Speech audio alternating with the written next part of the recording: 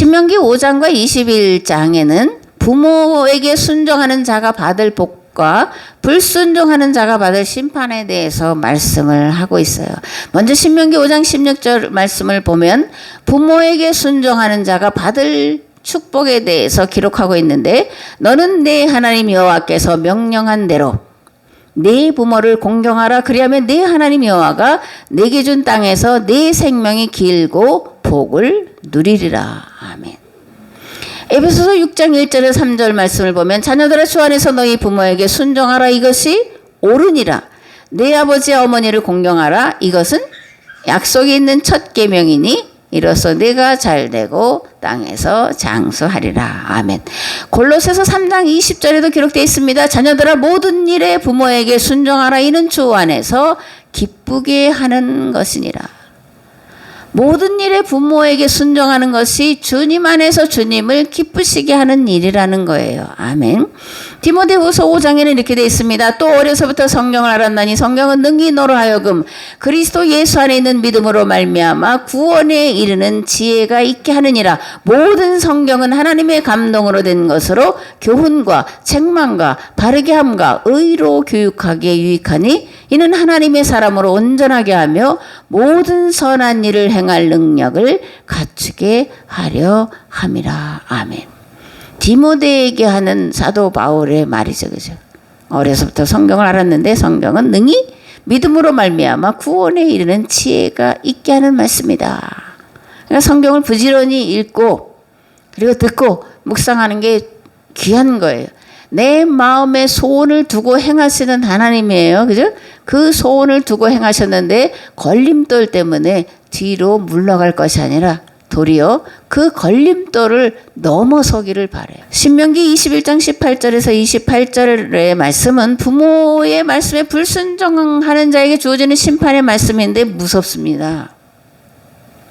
사람에게 완악하고 패역한 아들이 있어 그의 아버지의 말이나 그 어미의 말을 순종하지 아니하고 부모가 징계하여도 순종하지 아니하거든. 그의 부모가 그를 끌고 성문에 이르러 그 성읍 장로들에게 나아가서 그 성읍 장로들에게 말하기를 우리의 이 자식은 완악하고 패역하여 우리 말을 듣지 아니하고 방탕하며 술에 잠긴 자라 하면 그 성읍의 모든 사람들이 그를 돌로 쳐 죽일지니 이같이 내가 너희 중에서 악을 제하라. 그리하면 온 이스라엘이 듣고 두려워하리라. 시범 케이스에 걸리면 안 돼요. 성경은 시범 케이스에 걸려서 무서운 심판받은 자들의 이야기가 기록이 되어 있습니다. 이런 말씀을 들으면서 정말로 회개하고 정말로 하나님 안에서 교훈하는 그 말씀에 정말 순종하시기를 다시 한번 부탁을 드립니다. 아멘. 성경은 부모를 공경하는 것이 자녀가 지켜야 할 가장 중요한 계명이라고 말씀합니다. 그렇기 때문에 부모님의 교육과 가르침을 가볍게 여겨 불순종하거나 자녀로서 마땅히 행해야 할 도리를 다하지 못하는 사람은 돌로 쳐 죽이라는 거예요. 그런 악한 자들은 그 계약 공동체 안에 존재할 수 없게 하라는 겁니다. 왜 이런 말씀하시냐?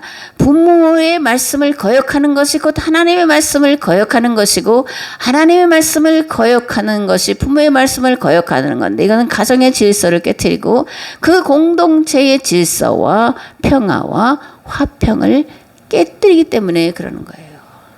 하나님의 말씀에 순종하는 것은 내가 사는 길이고 공동체가 사는 길이기 때문이다. 그러므로 순종해야 된다. 그런 겁니다. 성경은 부모와 예수님을 동격으로 놓고 있다라고 이렇게 말씀을 드렸는데 왜냐하면 하나님께서 사람을 창조하는 그 사역을 부모에게 맡기셨기 때문에 그러는 거예요.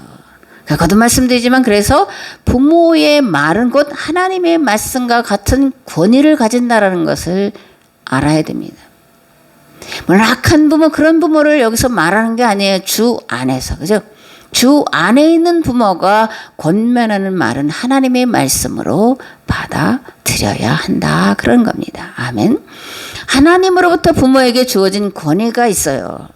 몇 가지로 살펴보면 첫째, 하나님의 창조를 대행하는 권위입니다. 두 번째, 자녀를 하나님의 말씀과 교훈으로 양육하고 교육할 권위예요. 그런데 이러한 권위에는 반드시 책임이 뒤따른다. 부모 임내하면서 권위만 내세워서는 안 된다라는 겁니다. 부모로서 마땅히 자녀에게 행해야 할 도리를 주 안에서 보여주어야 된다라는 겁니다. 가르치고 양육해야 된다라는 거예요.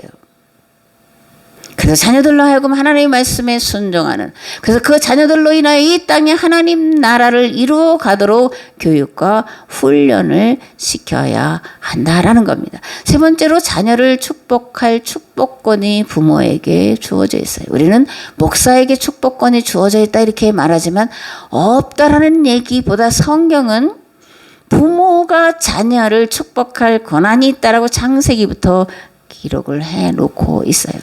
창세기 27장에 보면 사실 에서편에서 오면 굉장히 아주 서글픈 비통한 그런 이야기가 들어있는데 뭐냐면 야곱이 아버지 이삭을 속여서 에서의 축복을 그죠? 가로채는 이야기가 나옵니다.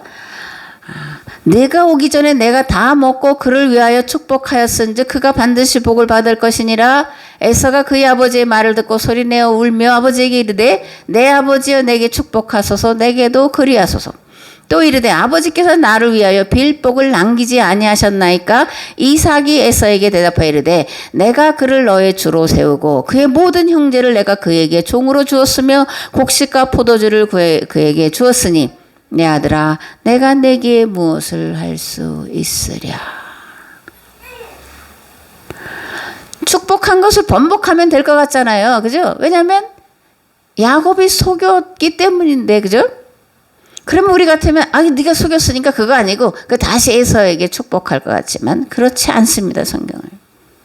한 번 축복한 것에 대해서 되돌리지 않는데 이것은 그 상황만을 가지고 말하는 게 아니에요. 평소에 에서의 삶의 태도가 어떠했는지 그리고 야곱의 삶의 태도가 어떠했는지를 이삭이 모를 리가 없는 거죠. 그죠? 하나님도 모르실 리가 없는 거예요. 그래서 어쩌면 결과물에 대한 그런 기록이다라고도 볼 수가 있습니다.